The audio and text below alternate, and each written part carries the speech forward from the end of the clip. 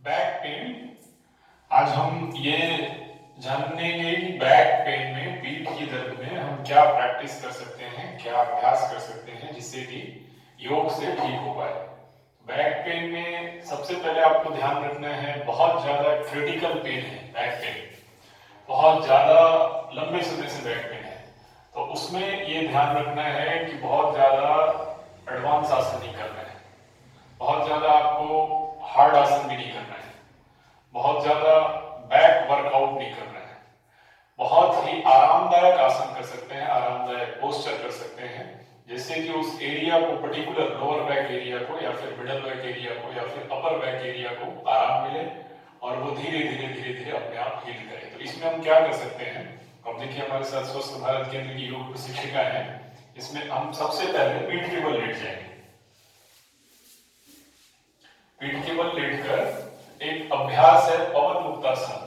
पवन मुक्तासन में पैर फोल्ड करके दोनों पैरों को लॉक कर लेंगे और सिर नीचे जमीन पर रहेगा, जैसा कि नीचे आप देख रहे हैं, और यहां पे आंख बंद करके you have to get relaxed, यानी कि पवन मुक्तासन में ही पैरों को हमने लॉक कर लिया, फोल्ड करके आगे सीने से लगाकर, और पूरे बैक को बिल्कुल ढीला छोड़ दिया।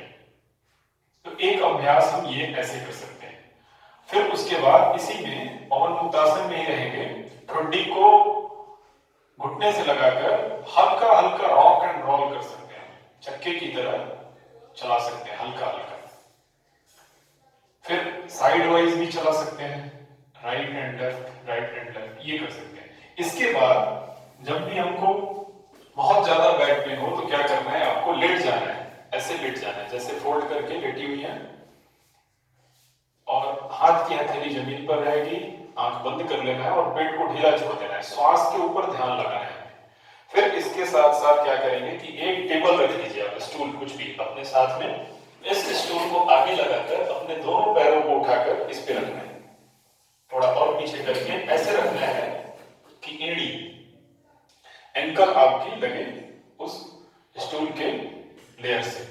फिर दोनों पैरों को बिल्कुल ढीला छोड़ देना है, रिलैक्स, हाथ की हथेली ऊपर की तरफ रहेगी, आसमान की तरफ, और इससे क्या होगा, हमारा सर्कुलेशन नीचे की तरफ खड़ा होकर चलते रहने से वेन्स, वेसल्स जो होते हैं उनमें ब्लड का प्रेशर आता है, तो वो स्वेलिंग सी होती है हल्की। यदि इस पोस्चर में हम आ जाते हैं तो इसके साथ साथ पूरा ब्लड सर्कुलेशन नीचे की तरफ जाता है, लोअर बैक में भी ब्लड नीचे की तरफ जाएगा, तो इससे क्या होगा कि रिलैक्सेशन मिलेगा हमें।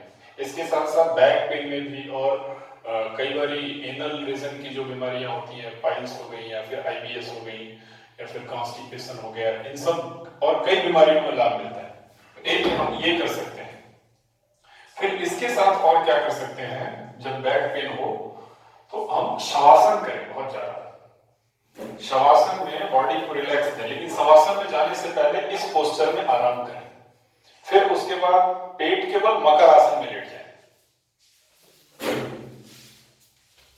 मकर आसन में दोनों हाथ की हथेली के ऊपर फोरहेड को रखना है, पीछे से एड़ी अंदर, पंजे बाहर, आप देख सकते हैं पोस्चर। इसमें ध्यान लगाना है सांस के ऊपर, ऑन योर ब्रीदिंग। फिर उसके बाद सांस के बाद लोअर बैक पे ध्यान लगाएंगे। ये जब हम प्रोन पोजीशन में होते हैं, पेट नीचे होता है, तो जब सांस लेते हैं तो पीठ ऊपर आएगा, सांस छोड़ेंगे तो पीठ नीचे जाएगा। तो इस तरह से ये कर सकते हैं, और इसी में बालासन हम कर सकते हैं। राइट साइड, दाहिनी तरफ के पैर को फोल्ड कर लेंगे, इस तरह से 5 मिनट इसमें रिलैक्स कर सकते हैं। फिर लेफ्ट साइड पोस्चर चेंज कर लेंगे, बालासन के दोनों तरफ, दोनों साइड हो गए, इससे नींद भी अच्छी आती है हमारी। फिर इसके बाद शवासन में आ जाएंगे, पीठ के बल शवासन में लेटकर पूरी बॉडी को आपको ढीला छोड़ना है। विश्व शक्ति, कॉस्मिक एनर्जी की, विश्व शक्ति की ऊर्जा, ज्यादा से ज्यादा कॉस्मिक एनर्जी आपके बॉडी में है, और प्रयास करना है थॉटलेस माइंड में रहने के लिए, विचार शून्य मस्तिष्क, कोई भी थॉट ना हो, पूरे बॉडी को धीरे धीरे रिलैक्स करना है। इससे क्या होता है, नर्व्स हमारी जो बैक, लोअर बैक की तरफ से वर्टेब्रल कॉलम या फिर रीढ़ की हड्डी से होकर गुजर रही है, वहां से निकल रही है, उनमें ब्लड सर्कुलेशन फ्री होगा।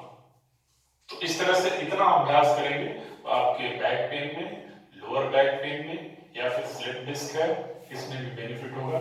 इस तरह से योग का अभ्यास करें और स्वस्थ